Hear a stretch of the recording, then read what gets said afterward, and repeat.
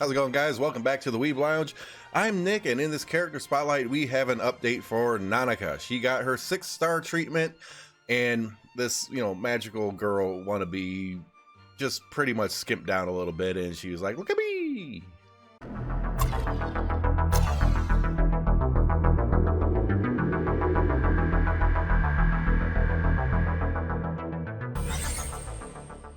Nanaka has always been a little bit of a weird character. I mean, she really has.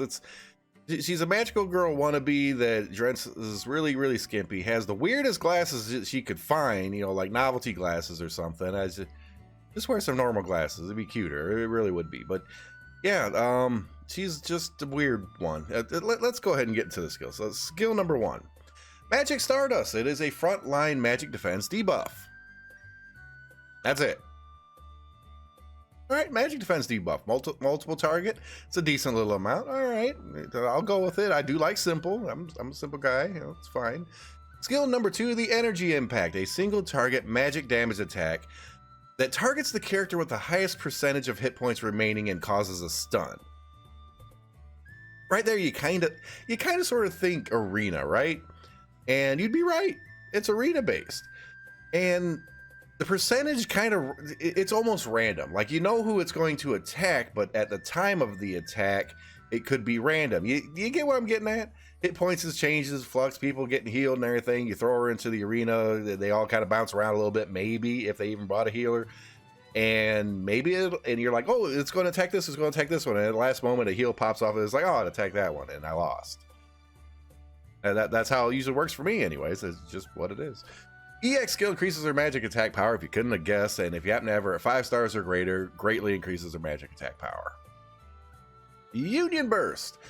Also relatively simple and the same effect as her skill number 2, the Nanaka Blast, a large single target magic damage attack on the enemy with the highest percent of hit points remaining. Again, the whole random spiel that I did and everything, it all applies to Union Burst as well. And, this can be useful in arena, though, because, maybe you got somebody in the back row that's, like, being a pain or whatever. Nobody's doing any kind of damage, or it's somebody that you kind of want to snipe. That's kind of what she's trying to do in a way. She's trying to snipe a character that's full health, cause some disruption or something like that. It can certainly get rid of a, really, really annoying character for you if you think about it. Hopefully. Might.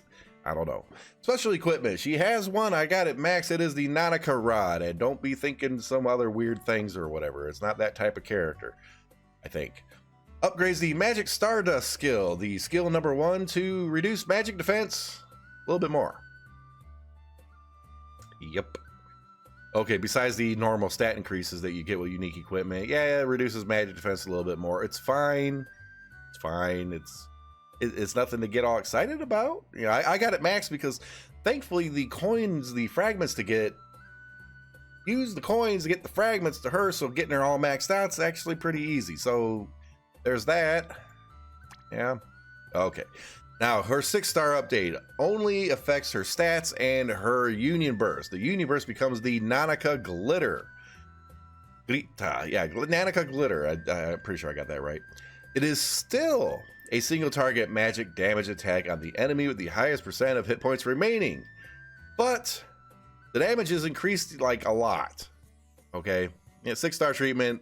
If it's a DPS character, it's always going to be a lot more damage, but it also does slap on a little bit of an additional magic defense down debuff. So essentially, this character is pretty much the same use, only she got a smidge better across the board.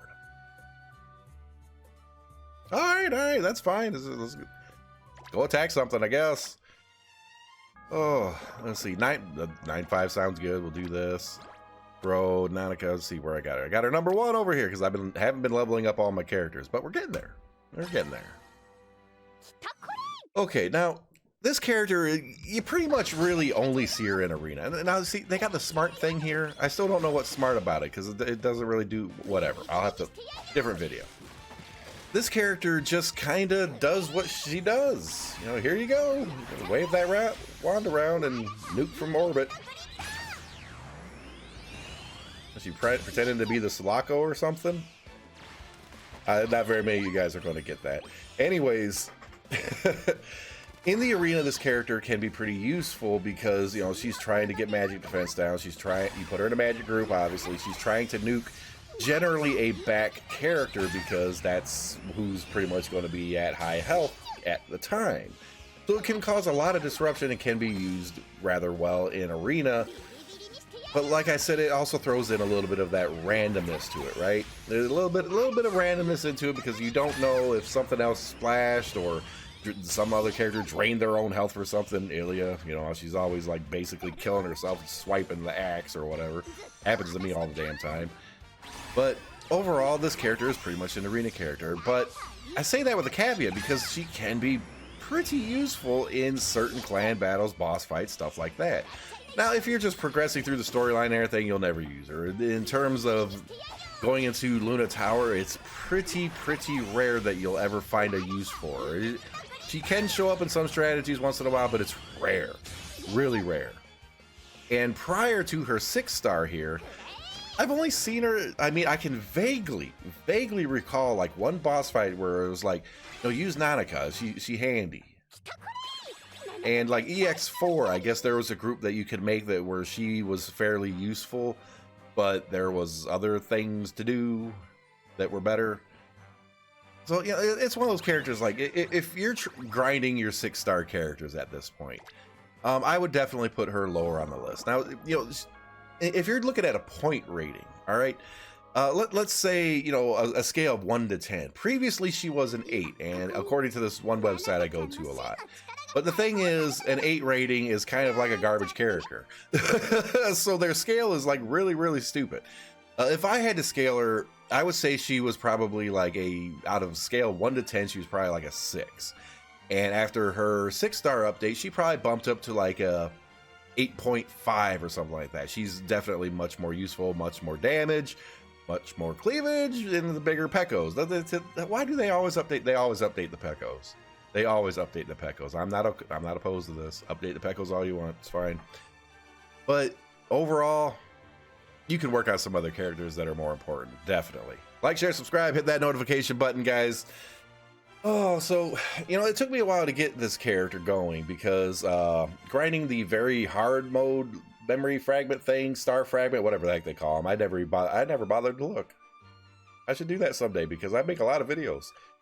Oh, man, I wouldn't remember anyways. My memory sucks. Anyways, it took me a while to grind them because they just wouldn't give them to me. And I didn't want to use DAs on it because DAs are...